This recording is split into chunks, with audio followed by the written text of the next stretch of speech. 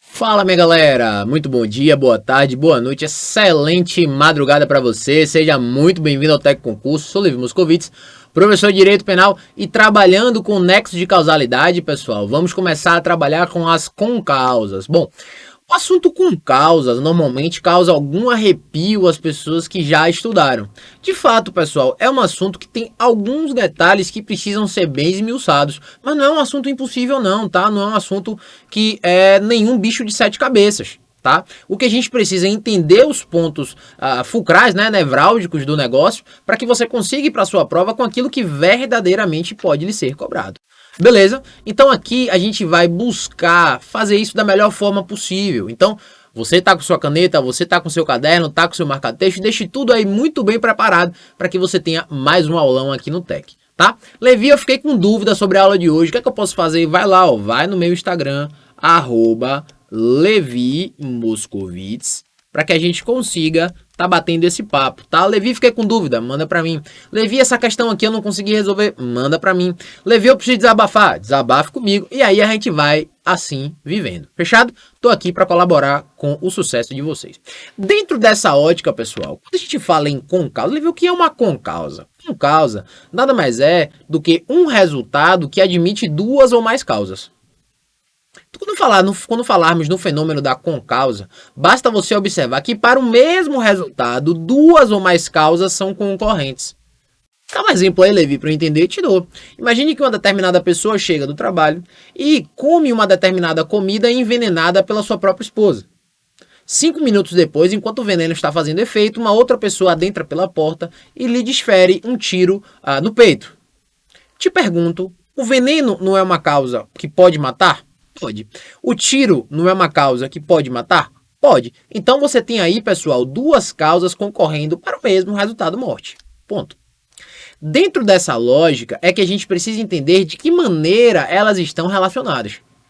De que maneira elas se relacionam e de que maneira isso vai interferir na responsabilização do agente. É exatamente isso, tá?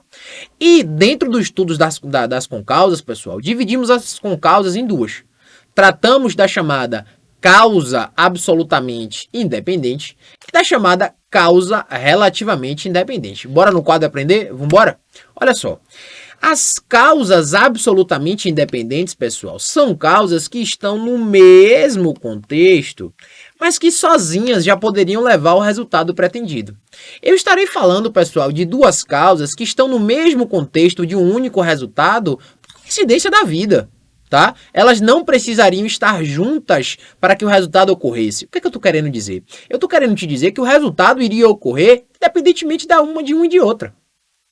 Então, quando eu falo de causas absolutamente independentes, eu estou lhe falando que existem duas causas concorrendo para o resultado, mas que essas causas, efetivamente, pessoal, não fazem diferença nenhuma uma para a outra. Então, para você entender o que é uma causa absolutamente independente, pega o exemplo que eu acabei de te dar. Vamos lá? Então, digamos aí que você tenha causa 1, o veneno, né? Que o indivíduo foi envenenado pela própria esposa. Causa 2, um tiro. Concorda que o veneno pode matar independentemente do tiro? Sim. Concorda que o tiro pode matar independentemente do veneno? Sim, também, Levi. Perfeito. O grande da questão que as pessoas começam a perguntar é o seguinte: ok, Levi, mas dentro das causas absolutamente independentes, existe mais alguma divisão? Existe. Mas essa divisão, galera, não vai alterar o resultado final do produto. O que eu estou querendo dizer? A divisão que existe dentro das causas absolutamente independentes, e que também existe nas causas relativamente independentes, diz respeito ao momento que a causa efetiva acontece. Por exemplo, se dessas duas causas, pessoal, a primeira é que leva ao resultado morte, ou seja, o indivíduo foi envenenado, tomou um tiro, morre. O laudo pericial aponta que morreu em razão do veneno e não do tiro. Então, se é a primeira causa que leva efetivamente ao resultado, falamos que se trata de uma causa absolutamente independente pré-existente. Então, por que ela é pré-existente? Porque das causas, a efetiva foi a que veio primeiro. Mas, Levi, E se ele tivesse morrido em razão do tiro? Ok, houve o veneno e houve o tiro, mas o laudo pericial apontou que o indivíduo morreu em razão do tiro. Perfeito? Perfeito. Então estaremos aí, galera, de uma causa absolutamente independente superveniente.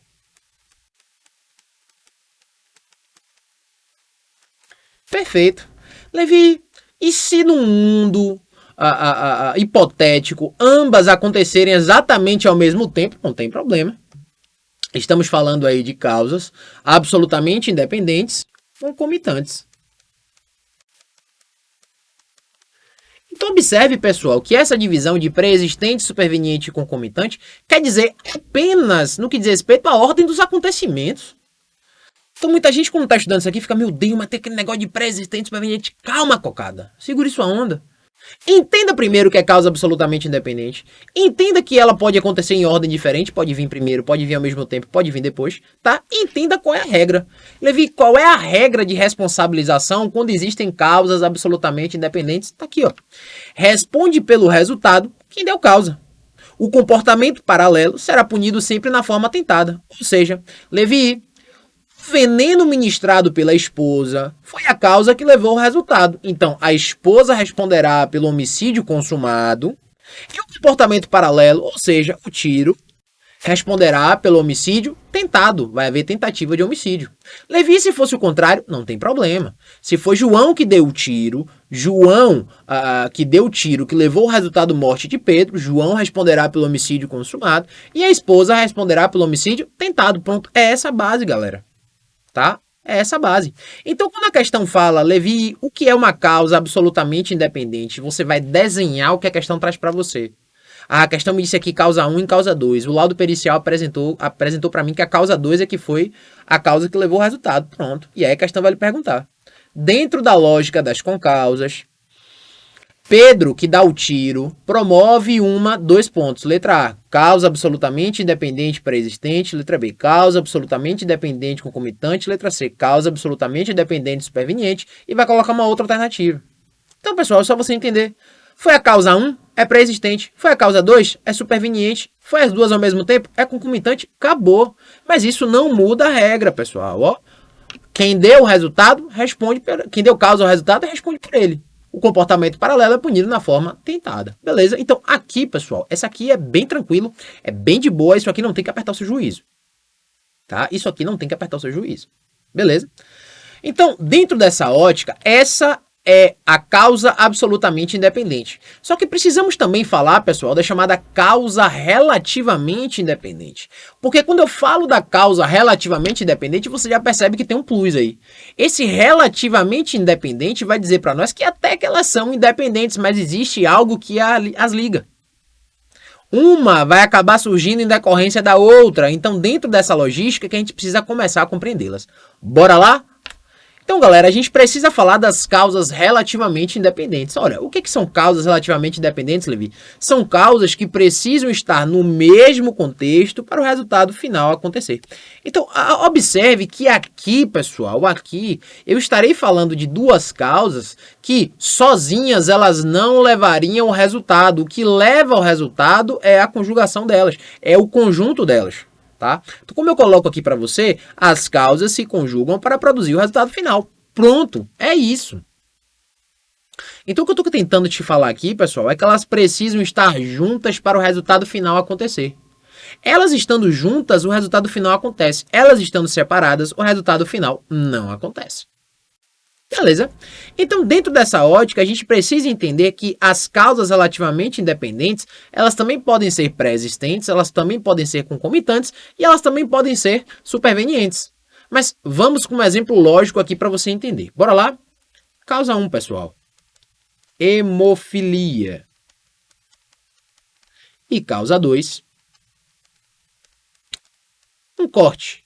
Mas esse corte não é uma área vital. Tá? Vamos observar o meu exemplo? Digamos que João saiba que Pedro é portador de hemofilia, uma doença que dificulta a coagulação do sangue. Então, a pessoa que sofre algum ferimento, essa pessoa precisa de um atendimento rápido a fim de estancar o ferimento sob pena de, inclusive, perder sangue e falecer, a depender da extensão do ferimento. Tá? Então, dentro dessa lógica, João sabe que Pedro tem hemofilia. Dentro dessa linha de raciocínio, João vem de lá e promove um corte considerável, mas na região do braço, um órgão que não é vital. Dentro dessa lógica, a gente precisa entender o seguinte, beleza. Pedro acaba não tendo o atendimento médico adequado pela localidade em que ele está e acaba vindo a falecer em razão do corte e em complicações da hemofilia. Observe, pessoal, que a doença hemofilia, por si só, ela não vai levar ao resultado morte. Tá? Ela não vai levar ao resultado morte. Assim como o corte, sem a existência da doença pré-existente, também não vai levar ao resultado morte dentro desse nosso exemplo. Então você vai concordar comigo que o resultado aqui só aconteceu porque as duas causas estavam juntas. Juntas. Então qual é a lógica que você tem que pensar? A lógica que você tem que pensar é, bom, se João sabia que Pedro era hemofílico, lembre-se, galera, não podemos permitir responsabilização objetiva. João tem que saber, o agente precisa saber da doença, tá? Porque se ele não sabe da doença, preste atenção, se ele não sabe da doença, ele tão somente seria responsabilizado por lesão corporal, tá certo? É necessário que ele tivesse conhecimento da doença. Então, galera, nesse caso, foi o corte que João deu em Pedro que desencadeou a complicação da hemofilia. Nesse caso, desencadeando o resultado, João será responsabilizado pela morte de Pedro. Ponto. É isso que eu quero que você entenda. Porém, diferentemente das causas absolutamente independentes, o resultado final só acontece se as duas estiverem juntas. Vimos agora, o veneno sozinho mata, o tiro sozinho mata. Aqui não.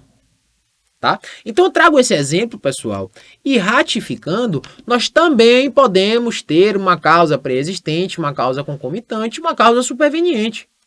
Tá? Daquela mesma forma que você viu ali.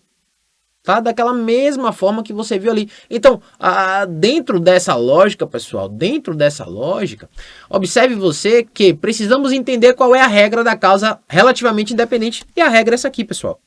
Responde pelo resultado quem o desencadeou, mesmo que este se dê em razão de um acontecimento paralelo. Pronto, exatamente isso que eu acabei de trazer para você, tá? Só que, galera, dentro do estudo das causas relativamente independentes, vamos ter algo que precisamos chamar a atenção, que é, Levi.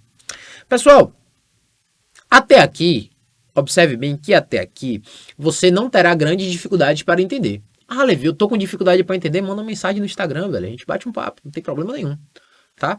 Mas o grande X da questão, que de fato é muito cobrado em prova, não tá aqui. Não tá na análise interior. Tá aqui, ó. Superveniência de causa independente. Pessoal, esse artigo 13, parágrafo 1º, que aqui está, é o que contempla para nós o foco de questões dentro da análise das concausas, tá? Porque ele vai trazer para nós um regramento diferente do que até então já se viu.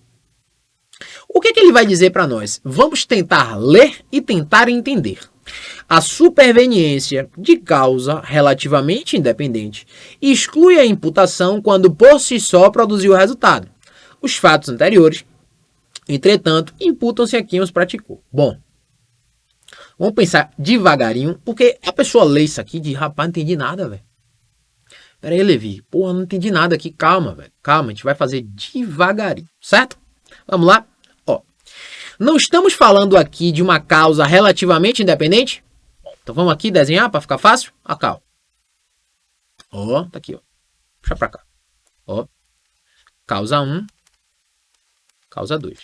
Não é isso que a gente aprendeu? Pronto.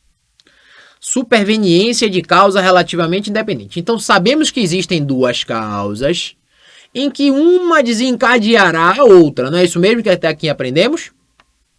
Não é isso mesmo? Pronto. Só que sabemos que é superveniente, algo que é superveniente é algo que vem depois, então, das duas causas. Sabemos que é a segunda que vai levar ao resultado. Então, o que ele vai dizer?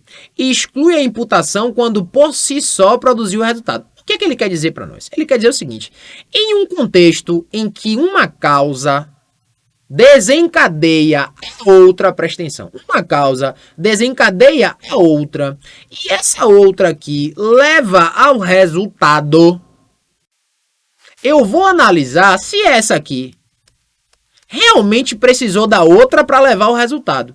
Ou seja, eu vou observar se essa primeira causa aqui, pessoal, que desencadeou a segunda e desencadeou o resultado, realmente era necessário para que isso pudesse acontecer. Porque se eu perceber que essa segunda causa, apesar de ser desdobramento da primeira, poderia conduzir ao resultado sozinha, eu vou quebrar o nexo causal. Eu vou dizer, peraí, meu amigo. Se eu percebo que essa aqui, apesar de ser desdobramento da primeira, levaria ao resultado sozinha, eu vou quebrar essa bagaça. E aí eu vou dizer, peraí, amigão. Se essa segunda aqui já poderia levar sozinho o resultado, por mais que tenha se desdobrado da primeira, eu vou dizer para você que esse indivíduo que provocou a primeira causa e que desencadeou a segunda e o resultado não pode ser responsabilizado por ele. Será responsabilizado tão somente pelos fatos anteriores, ou seja, aquilo que ele fez até aquele momento. Será responsabilizado pelo seu dolo. Vamos analisar isso num exemplo que cai em prova e cai em prova bastante e que se você já estudou, você já ouviu falar nisso. Bora lá? Causa 1, pessoal, tiro. João dá um tiro em Pedro. João, com vontade de matar, dá um tiro em Pedro. Pedro é socorrido por uma ambulância do SAMU, certo? Só que no caminho para o hospital, a ambulância, o motorista da ambulância acaba perdendo o controle do veículo e se choca com um poste. Há vazamento de combustível e a ambulância explode instantaneamente. Então, causa 2, explosão da ambulância. Preste atenção.